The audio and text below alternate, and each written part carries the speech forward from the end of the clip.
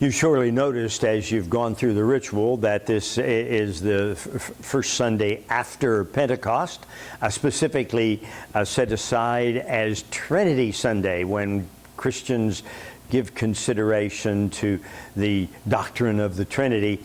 In addition to that, it's also labeled Peace with Justice Sunday. And that's kind of striking and kind of sent my mind going, because of course there are many calls for peace, but and there are genuine calls for peace and demonstration. And then of course at night there are the arsonists, and 12 are dead, murderers, and just general awfulness. And I am rather anguished about that. And as I thought on it, I finally went to the Corinthians text. It's interesting.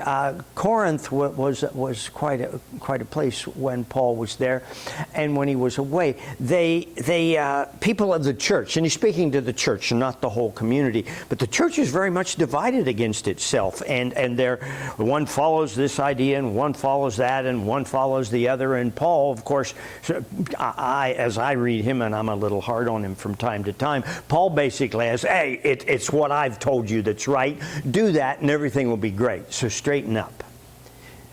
And in our text he says, put things in order.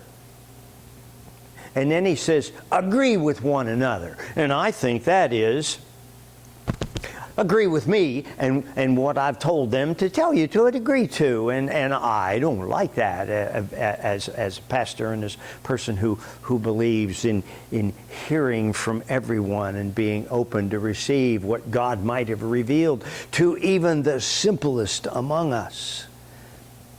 And then he says, live in peace.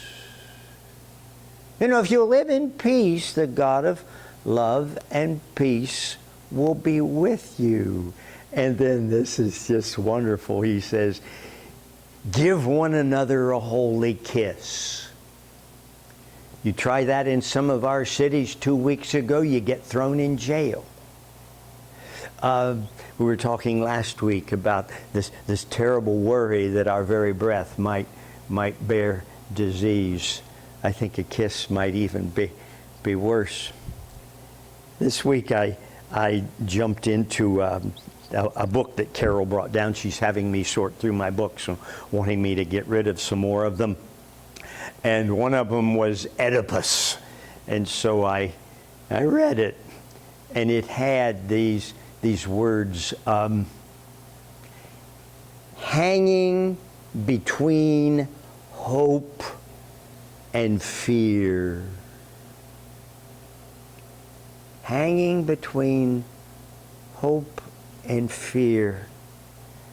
I saw on the news this week a young woman walk up to a doorway and was told to drop to her knees and renounce herself for her privilege. And she dutifully did it.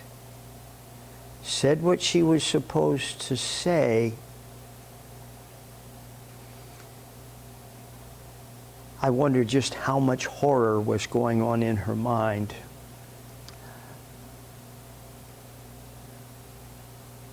Drew Brees came out and spoke about the anthem and how when they sang it and he sang along, he thought of his grandfathers who both fought in the Second World War, and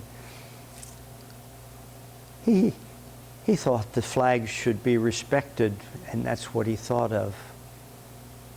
Within 24 hours, he recanted those words and said he was sorry.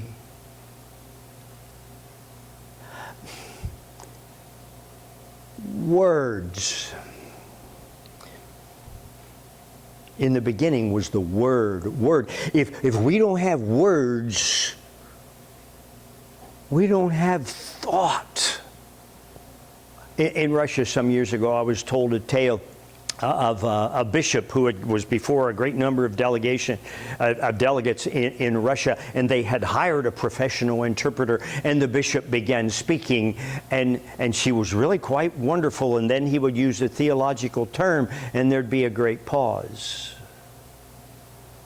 And a great pause, and finally she burst into tears.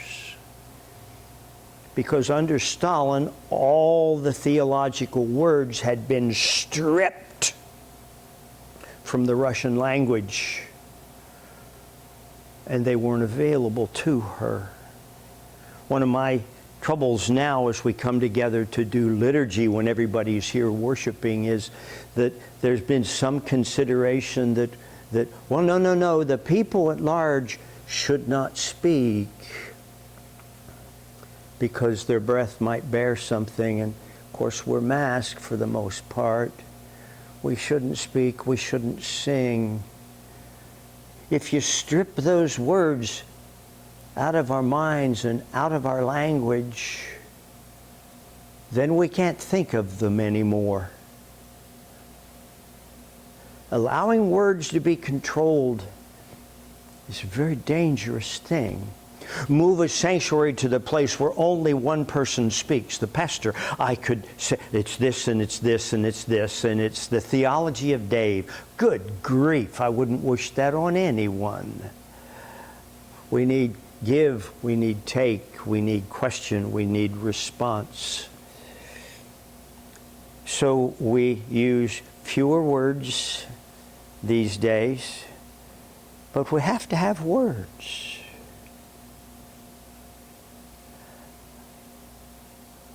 I saw on the news a woman interviewed. She was in front of her shop in one of our cities, and she was sweeping out the trash. And her business was gone. It's just a small business. It was gone. And unfortunately, she wasn't strong enough to, economically, to have insurance, and so she's a total wipeout. And later they interviewed another who had come down from her apartment to help and was trying to clean up graffiti. I guess some have been arrested for that, but she was trying to clean up graffiti, and she said, I don't have any grocery to go to. And the drugstore is gone, looted and burned out, and they said, well, you can just have it delivered, but no. Nobody delivers here. Now they're afraid to.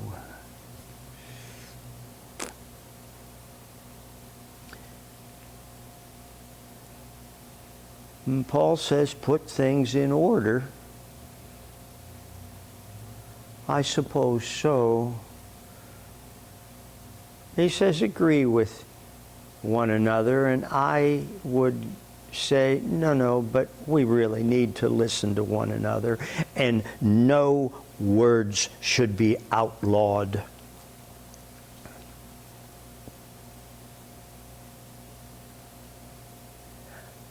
In the midst of all this, other words came ringing, and one is freedom. Oh, how important freedom is. There are many who would shackle freedom. I want freedom completely celebrated and lived. Freedom and justice for all. Not a few, not certain selected folks, but all. That all needs to be in capital letters and underlined about 6,000 times. And then Paul's words, live in peace, and the God of love and peace will be with you. So now we will join in communion. Those of you who are at home, by all means, as we move through the ritual, you are welcome, whatever faith background, to participate in this sacrament we share together. And of course, we here on Sunday morning will be doing it together in a very unique way, but we're going to be communing together and remembering our Lord.